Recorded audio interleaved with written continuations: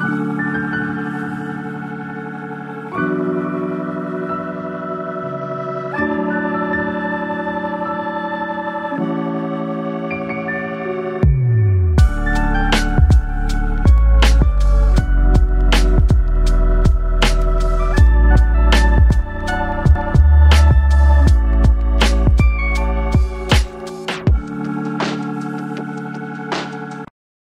दोस्तों, कैसे हैं आप सब।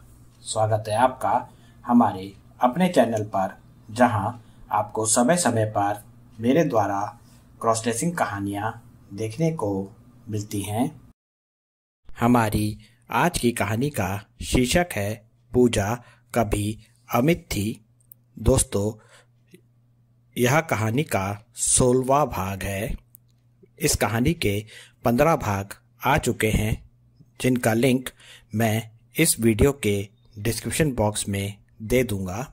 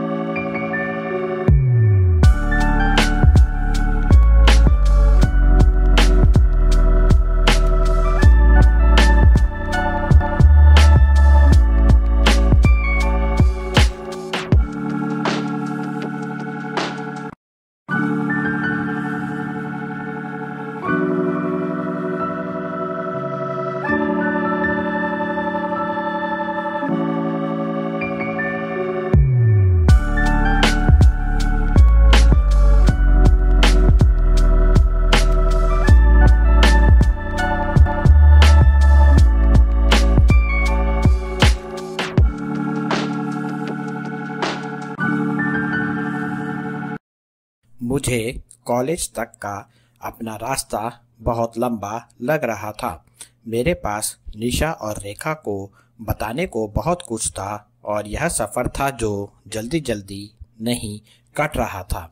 समय काटने के लिए मैं अपने जीवन में आई खुशी के बारे में लगातार सोचती जा रही थी। अपनी ज़िंदगी को लेकर खुली आंखों से देखा हुआ मेरा सपना अपनी गति से मेरी बनाई हुई मंजिल की तरफ बढ़ रहा था। मेरी मंजिल नज़दीक देख मेरा विश्वास अब लगातार बढ़ता जा रहा था। यह सब संभव मेरे नई दिल्ली के आने के बाद से ही हो पाया था। नई दिल्ली आने के बाद से मुझे अपनी क्रॉस ड्रेसिंग को निभाने के बहुत से मौके मिल गए थे। नई दिल्ली आने से पहले भी मैं क्रॉस ड्रेसिंग करती थी, पर वह केवल मेरे घर के एक कमरे तक ही सीमित हुआ करती थी। राजधानी नई दिल्ली मेरे लिए मेरा सपना पूरा करने वाली नगरी बन गई थी।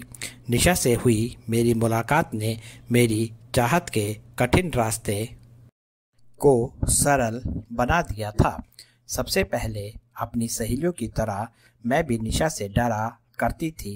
फिर भी निशा के बारे में जानने की उत्सुकता मुझ में बहुत थी। फिर मेरी निशा के साथ दोस्ती हुई। फिर निशा को मेरा क्रॉस ड्रेसिंग राज पता चला। उसके बाद निशा ने मुझे मेरी क्रॉस ड्रेसिंग में मदद की और अब निशा ने मुझे मेरी सहेलियों के साथ एक लड़की के रूप में दिन बिताने का मौका दिया। अब तो मुझे भी विश्वास होने लगा था कि निशा के पास ऐसा कुछ तो है जिसकी मदद से मैं अपनी मंजिल की तरफ कदम दर कदम बढ़ती जा रही थी। यहाँ मैं आपको बता दूं कि निशा को लेकर मेरी सोच मेरे कॉलेज की लड़कियों और अध्यापिकाओं जैसी नहीं थी, बल्कि मेरा कहने का मतलब यह है कि निशा मुझसे बहुत प्यार करती थी और वह मेरी क्रॉस ड्रेसिंग में मेरा साथ मेरी खुशी के लिए दे रही थी। निशा के लिए मेरी खुशी सबसे ज़्यादा ज़रूरी थी और एक होने वाले जीवन साथी से यही उम्मीद तो होती है। मैं एक ऐसी जिंदगी जी कर आ रही थी जिसमें मैं दुनिया की नज़र में एक लड़का ना होकर एक लड़की पूजा थी, और एक लड़की बनकर ही मैंने अपनी सहेलियों के साथ अपनी ज़िंदगी के 4 महीने खुशी खुशी बिताए थे। इतने दिन मैं एक महिला बनकर महिलाओं के साथ रही थी। यही तो मेरी ज़िंदगी का सबसे बड़ा सपना है कि मेरी पहचान एक लड़की के रूप में हो। अपनी ज़िंदगी में इतनी खुशी की मैंने कभी कल्पना भी नहीं की थी। शाम होते होते हम सब अपने कॉलेज पहुंच गईं। अब हम सब सहेलियों की मुलाकात 1 महीने बाद होने वाली थी। हमारी परीक्षा आने वाली थी। सब सहेलियां एक दूसरे से विदा ले रही थी और मैं भी अपनी सब सहेलियों से विदा ले रही थी। हर लड़की के साथ मेरी दोस्ती हो गई थी और उन सब लड़कियों में मैं सबसे अलग थी। इसलिए सब ने एक साथ मुझे कहा कि उन्हें मेरा साथ बहुत पसंद आया और मैंने भी उन्हें कुछ ऐसा ही कहा।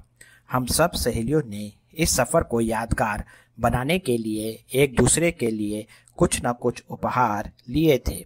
मैंने अपनी सहेलियों के लिए अलग अलग शेड की नेल पेंट्स, किसी के लिए हाथों की चूड़ियाँ, किसी के लिए कानों के झुमके लिए थे।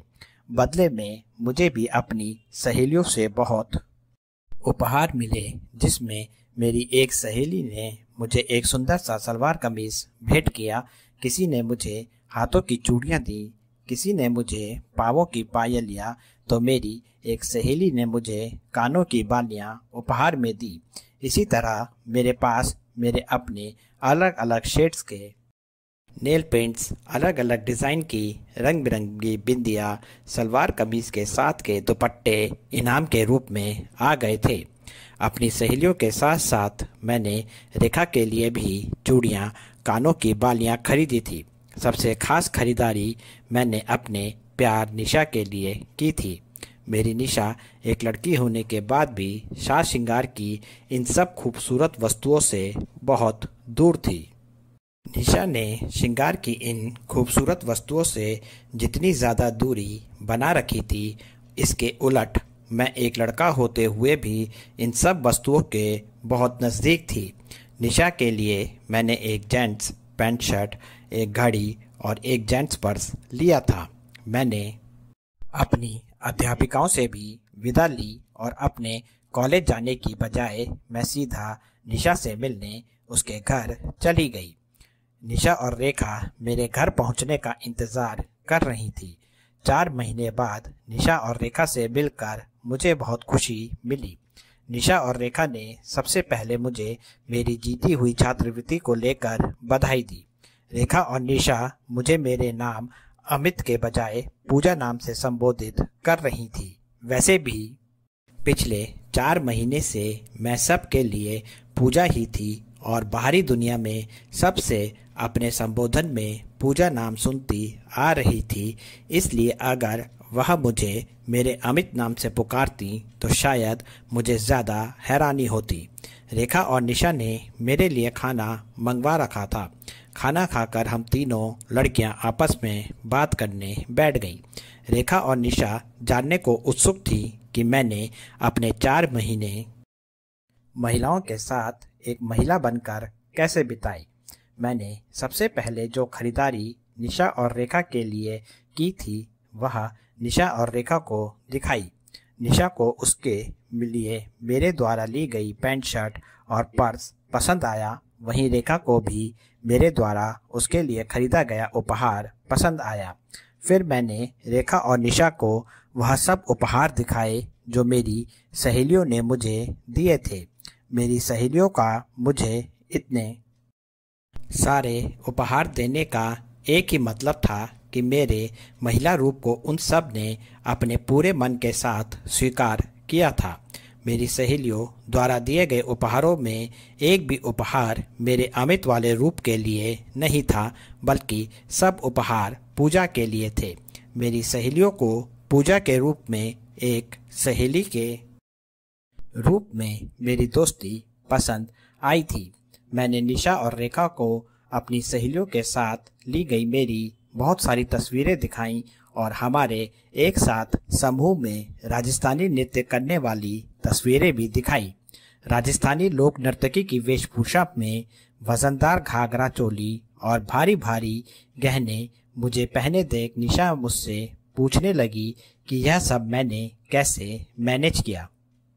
मैंने निशा को बताया कि यह सब मेरी महिला परिधानों और साज श्रृंगार के लिए भारी भारी गहनों के प्रति मेरी दीवानगी है, जिससे मैंने यह सब मैनेज कर लिया। रेखा निशा को चिढ़ाते हुए बोली कि तू इस खुशी को नहीं समझेगी, इस खुशी को सिर्फ हम लड़कियां ही समझ सकती हैं। और मैं और रेखा दोनों इस बात पर निशा को चिढ़ाते हुए हंसने लगी। लड़कियों के साथ एक लड़की बनकर रहना और उनके सामने एक लड़की की तरह व्यवहार करना सच में मेरे लिए एक परीक्षा की तरह था, और मैं अपने पूरे विश्वास के साथ अब कह सकती थी कि मैं इस परीक्षा में पूरी तरह से सफल हुई थी। इस परीक्षा में सफल होने की खुशी निशा और रेखा मेरे चेहरे पर देख रही थी और मेरी खुशी से दोनों बहुत खुश थीं। हमारी परीक्षा शुरू होने में 1 महीने का समय था। मुझे अपने घर गए काफ़ी समय हो गया था और परीक्षा में छात्रवृत्ति जीतने वाली बात मैंने अपने माता पिता को भी बता दी थी, जिसे सुनकर मेरे माता पिता बहुत खुश थे। मैं निशा को उन सब से मिलवाने वाली थी, इसलिए मैंने यह बात निशा से कही और निशा और मैं मेरे घर चलने को दूसरे दिन ही नई दिल्ली से मेरे शहर लखनऊ को चल पड़े। कहानी को यहाँ तक पूरा देखने के लिए धन्यवाद दोस्तों। कहानी का अगला भाग जल्द ही आपके सामने आएगा।